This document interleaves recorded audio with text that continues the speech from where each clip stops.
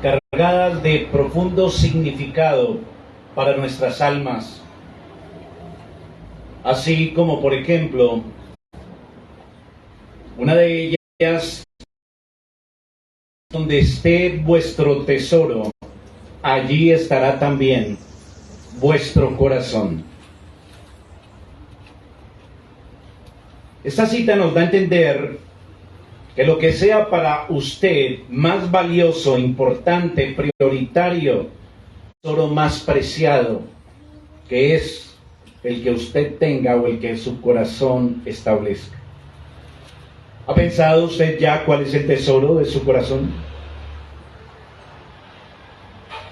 Si usted es creyente y me escucha, seguramente y quizás si esperamos que usted enfoque su respuesta a que su corazón se inclina a los bienes espirituales y a los tesoros eternos para su vida, para su familia, etc. Todos los seres humanos padecemos del mismo problema, una naturaleza caída. Así que nunca estaremos exentos de ser un poco egoístas en nuestras prioridades en cuanto a nosotros como creyentes. Podemos ser presa fácil de un ensimismamiento espiritual. Aunque usted mismo, apático a un compromiso decidido por los intereses de Dios y de su causa.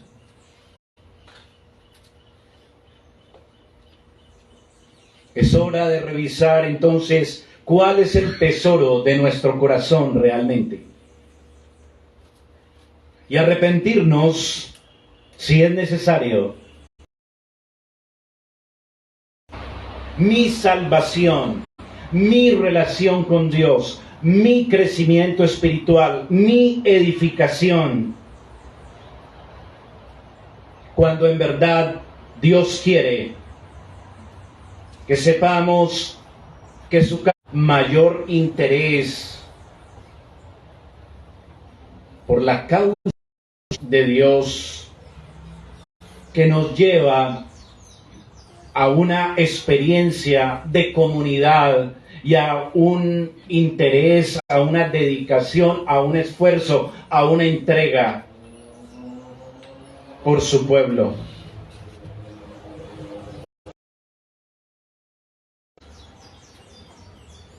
A la luz solo de los primeros 4 versos del capítulo 1 de Nehemías, aprenderemos cómo se evidencia un verdadero interés de nuestro corazón. ¿Estamos interesados en la causa de Dios, interesados en la Jerusalén de Dios como experiencia cristiana? Lo evidenciamos mediante estos 2 aspectos: preocupación por la Jerusalén de Dios y compromiso por y con la Jerusalén de Dios. ¿Cuál es la causa de Dios? Porque también esta mañana usted podrá quizás comprobar que si sigue andando en su indiferencia a Dios, en su rebeldía a Dios, su vida es su vida,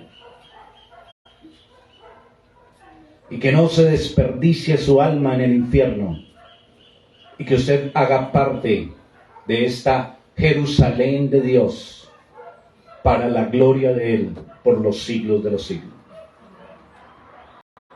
Así que vamos a analizar la primera evidencia, nuestra preocupación por la Jerusalén de Dios. Y volvamos a nuestro texto, por favor. Capítulo 1 de Nehemías, verso 1 y verso 2.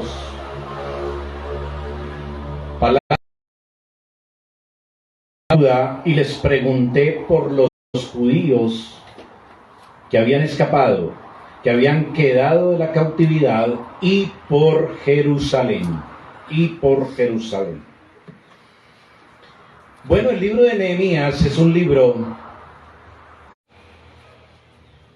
y esas circunstancias en que se encontraba este personaje se nos deja ver que nunca riñeron con los intereses y prioridades que este siervo tenía en su corazón. El corazón de Nehemías, puedo decir que había ya bien definido cuál era su tesoro. Así que el libro nos deja ver, insisto, en que se encontraba este hombre, este siervo de Dios. Y esas circunstancias no fueron impedimento ninguno para que Nehemías mostrara interés por la condición de Jerusalén y mostrara que él estaba capital del reino. Geográficamente, Nehemías se encontraba lejos de su patria. Susa era la capital de un reino extranjero, persa. Si usted mira un poco, él servía en la corte como copero del rey. Recuerda el versículo 11 al final, dice, porque yo servía de copero al rey. ¿Y esto qué implicaba? Bueno, implicaba muchas cosas. Ese hombre era un hombre que trabajaba directamente y sirviendo al rey. Era un hombre que gozaba de ciertos privilegios, tenía cierta comodidad, cierto bienestar que le brindaba el palacio. Y a la luz de todo esto, quizá el Señor, en su obra y para su causa. Y les decía también que Nehemías mostraba claramente que sus circunstancias no eran impedimento. Él tenía interés por la condición de Jerusalén, la condición en que se encontraba Jerusalén. Mire conmigo el verso 2. Interés en la condición en que se encontraba el pueblo de Dios y puntualmente la ciudad de Dios, Jerusalén. Nehemías tiene en su corazón claro cuál era su tesoro. Palpitaba en el corazón de Nehemías la ciudad de Dios.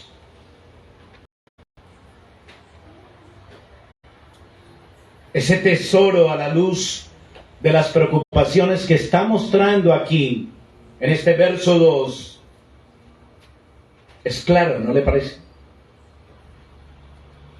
Él estaba lejos de la ciudad de Dios. Necesidades espirituales como el pueblo del pacto de Dios, como el pueblo escogido, elegido, llamado por Dios. Nehemías quería saber qué estaba pasando en esa dirección con sus paisanos.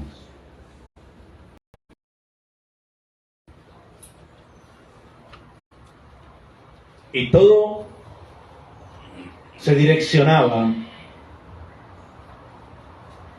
a que había una condición lamentable, si quiere, de la Jerusalén de Dios. Note lo último que dice el versículo 2. Dice, le pregunté por los judíos que habían escapado, es decir, aquellos que no fueron deportados, no salieron de la tierra, pero que quedaron en malas condiciones, y preguntó por la ciudad como tal. Note que dice claramente, y por Jerusalén. ¿Sí lo ve ahí en el versículo 2? Jerusalén. Aquí encontramos algo cardinal en el relato, algo significativo, pues nos deja ver dónde se va a centrar. Así que Nehemías estaba interesado, permítame decirlo así, en los intereses de Dios, en la causa de Dios, la obra de Dios. Desastre en Bogotá, ¿cierto? Y entonces lo primero que viene a nuestra mente es, bueno, ¿y cómo estarán nuestra familia, la gente y tal? Y uno nunca piensa, bueno, ¿y cómo está la ciudad? ¿Cómo están las vías? ¿Cierto que? Pero mire, Nehemías está preocupado por Jerusalén. Porque Jerusalén estaba en una condición deplorable. Tener su presencia para morar en medio de su pueblo. Así que Jerusalén no era cualquier ciudad, y no es cualquier ciudad, hermano y amigo. Es donde Dios había prometido, déjeme repetirlo, su presencia en medio de su pueblo para morar y tener comunión con Él. Es el lugar donde Dios había decidido habitar. El contexto, versículo 8 y 9, en la oración de Nehemías, dice: acuérdate ahora de la palabra que diste a Moisés tu siervo, diciendo: si vosotros pecareis,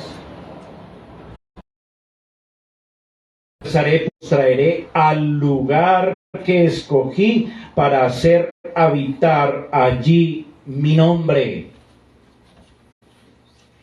¿Vamos captando la importancia de Jerusalén?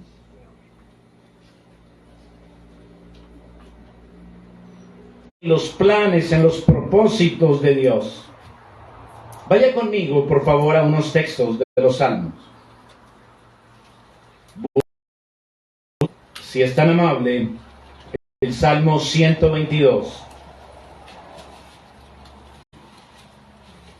Hay un letrerito allí en donde era un templo, aquí en la finca, y orando el pastor Agustín también lo mencionó. Oh Jerusalén, Jerusalén que se ha que está bien unida entre sí, y allá subieron las tribus de Ca, conforme al testimonio dado a Israel, para alabar el nombre de Jehová, porque allá están las sillas del juicio, los tronos de la casa de David. Darle al Salmo 135.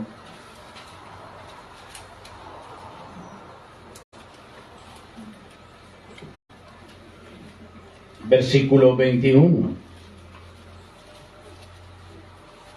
Desde Sión sea bendecido Jehová, quien mora en Jerusalén. Aleluya. Salmo 137, ahí enseguida. Versículo 4 al 6.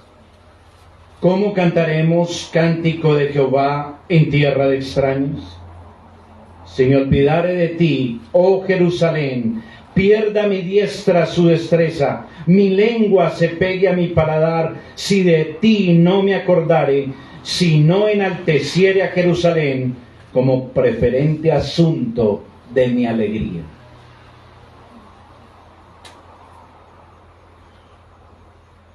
Otro salmo, el 102.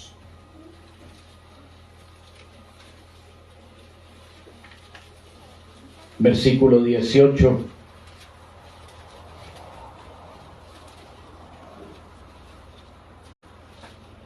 A los sentenciados a muerte, para que publique en Sión el nombre de Jehová y su alabanza en Jerusalén, cuando los pueblos y los reinos se congreguen en uno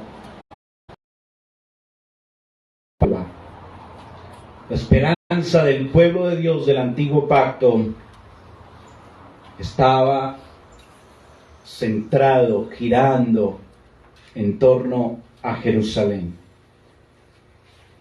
Y usted dirá a estas alturas, bueno, ya a nosotros qué nos interesa de Dios, un pueblo que había sido exiliado.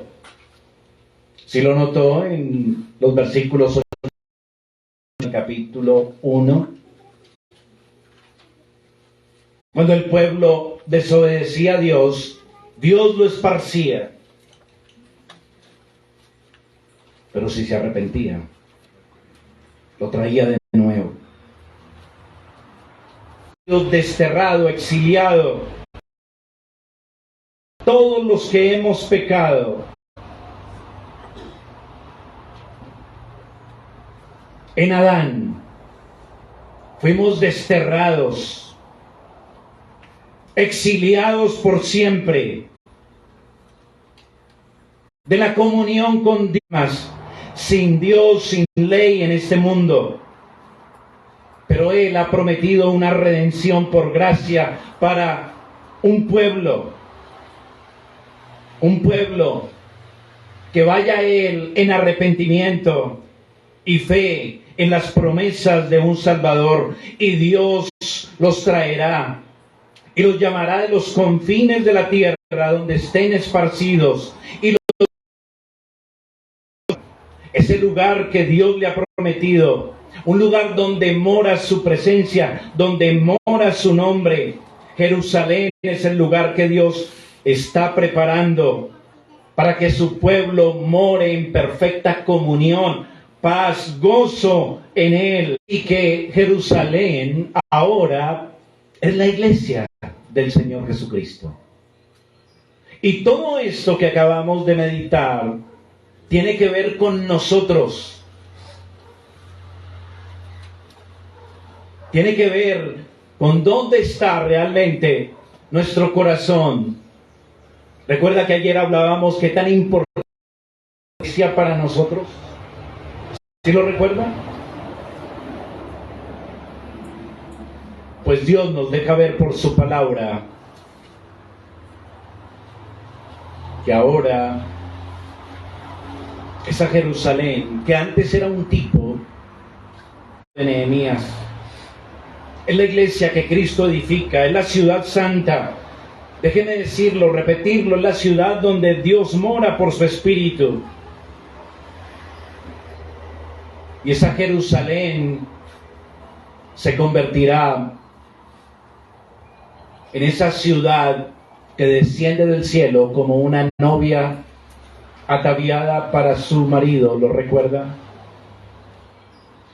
La ciudad que descenderá del cielo, donde mora la gloria de Dios en ella. Y allí entonces morará su pueblo en un cielo nuevo, en una tierra nueva, por los siglos de los siglos. Por eso Nehemías no puede ser indiferente a lo que sucede con Jerusalén. No importa que estuviera lejos, no importa su condición, no importaba su situación, no importaba su estabilidad. Él tenía en su corazón a Jerusalén y entendió que la situación en que se encontraba Jerusalén demandaba su atención.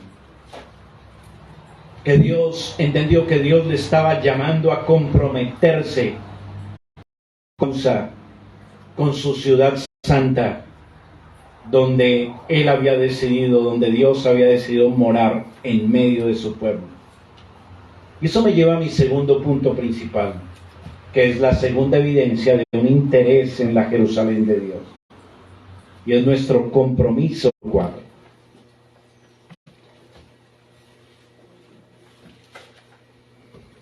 Y me dijeron, el remanente, los que quedaron de la cautividad allí en la provincia, están en gran mal y afrenta, y el muro de Jerusalén derribado y sus puertas quemadas a fuego. Cuando oí estas palabras me senté e hice duelo por algunos días y ayuné y oré delante del Dios de los cielos.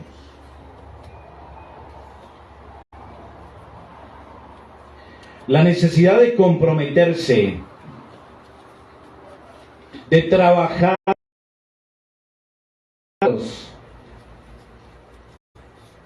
Él dijo, bueno, gracias por el dato. Qué pesar, ¿no? Mis hermanos allá en afrenta. ¿Quién sabe qué irá a pasar? O comprometerse con el plan y propósitos de Dios. Entendiendo la obra que le está mostrando y que debe comprometerse con ella. Hermano, su comprensión de el libro de Nehemías va a notar cómo este pueblo literalmente le metió el hombro a Jerusalén para restaurarlo, para edificarlo, para levantar otra vez sus murallas que estaban en ruinas. Y todas las familias, aún los jovencitos, los niños, cargando agua y materiales para levantar los muros. Todo el pueblo comprometido.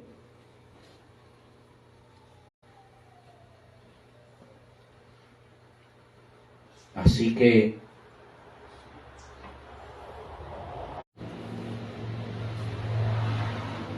me comunico.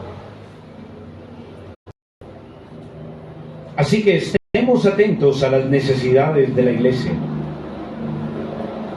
El llamado a trabajar en la obra, hermano, hermana, en cooperar con la iglesia no requiere de algo especial, sobrenatural.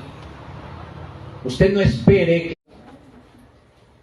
que están en gran mal y afrenta y el muro está derribado, sus puertas quemadas a fuego.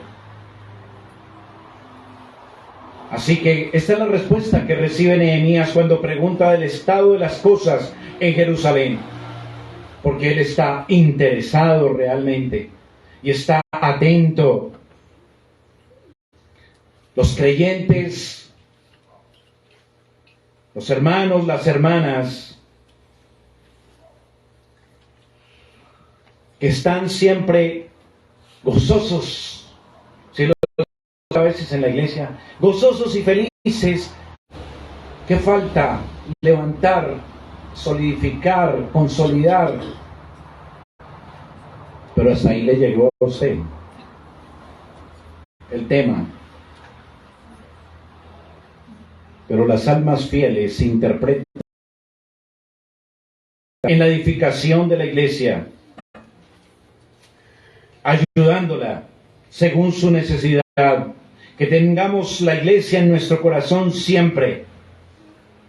Que sepamos que somos siervos llamados a la obra de Dios y debemos llevar la iglesia a nosotros. Así que estamos interesados por el progreso de la iglesia, porque así todos somos edificados, beneficiados. Nos dolemos porque los muros están sin levantar, las puertas están quemadas, el ánimo espiritual de algunos está menguado, el tono espiritual de otros está en ruinas. Nuestra iglesia debe restaurarse, consolidarse en comunión, en la unidad, en el servicio, en el amor mutuo, en la santidad, en el crecimiento espiritual, etcétera, etcétera. Y todo eso veo que aún está en ruinas.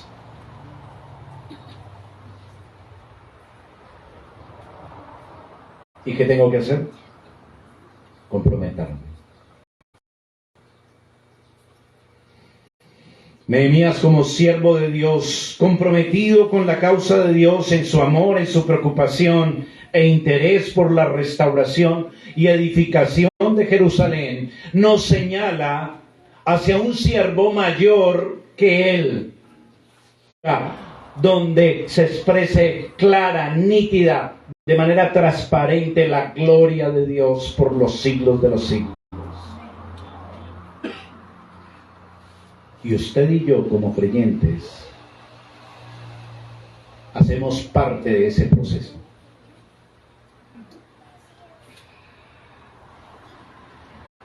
Por eso en Efesios dice que los santos son edificados para la obra del ministerio, para la edificación ¿de qué? Del cuerpo de Cristo.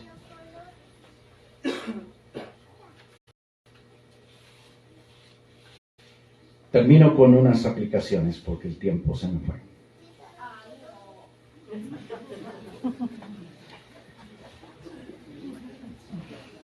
Tenemos una verdadera carga en nuestro corazón por la Jerusalén espiritual que es la iglesia del Señor Jesucristo. ¿Lo recuerdan?